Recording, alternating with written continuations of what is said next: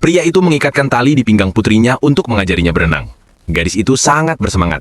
Ia berlari ke arah laut, mengabaikan peringatan ayahnya. Gadis itu langsung menyelam ke dalam air. Ia sangat menyukai berenang. Karena 100 tahun yang lalu di Amerika, perempuan tidak diperbolehkan berenang di kolam umum. Mereka harus mengenakan pakaian renang yang panjangnya melebihi lutut. Jika perempuan menampakkan kulitnya, ia akan langsung dibawa ke penjara. Gadis itu tidak senang dengan hal tersebut, jadi ia belajar berenang. Saat gadis itu tumbuh dewasa, ibunya mengizinkannya bergabung dengan tim renang profesional. Namun ketika ia berenang dengan gaya anjing, semua orang menertawakannya. Dan gadis itu tidak memiliki uang. Maka ia bekerja, memasukkan batu bara ke ketel setiap hari untuk membayar biaya sekolahnya. Sejak saat itu, gadis itu berlatih keras waktu kelas berenang. Setelah pulang sekolah, ia pergi ke laut untuk terus berlatih renang.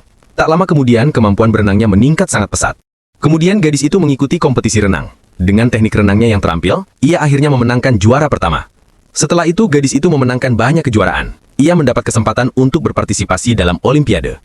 Namun ketika gadis itu tiba di Paris, ia diperlakukan tidak adil. Atlet pria dapat berlatih di kolam, tetapi perempuan tidak memiliki tempat untuk berlatih.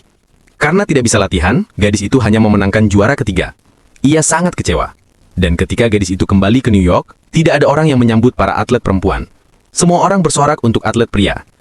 Ketika gadis itu hampir ingin menyerah, ia menonton film dokumenter tentang renang.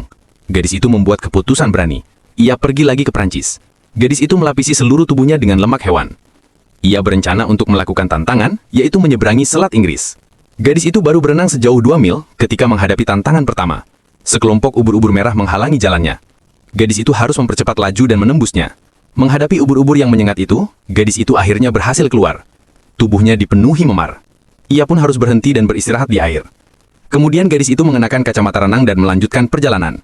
Setelah 8 jam, ia hanya berjarak 6 mil dari daratan. Pada saat itu, laut diselimuti oleh kabut. Kru kapal sangat terkejut saat menemukan kapal yang karam di depan. Akhirnya kapal pemandu tidak dapat melanjutkan perjalanan. Khawatir gadis itu akan tersesat, ayahnya memintanya naik ke kapal. Tetapi gadis itu menolak menyerah. Saat malam hari tiba, gadis itu benar-benar kehilangan arah. Tenaganya perlahan habis. Ketika gadis itu mulai putus asa, banyak api unggun muncul di pinggir pantai. Orang-orang tergerak oleh keberaniannya. Gadis itu menggunakan sisa tenaganya dan berhasil menyelesaikan tantangan. Ia menjadi perempuan pertama yang menyeberangi Selat Inggris. Ketika gadis itu kembali ke New York, kali ini ia mendapatkan penghormatan dari semua orang. Ini adalah kisah nyata. Jadi, apakah kamu tahu siapa gadis itu?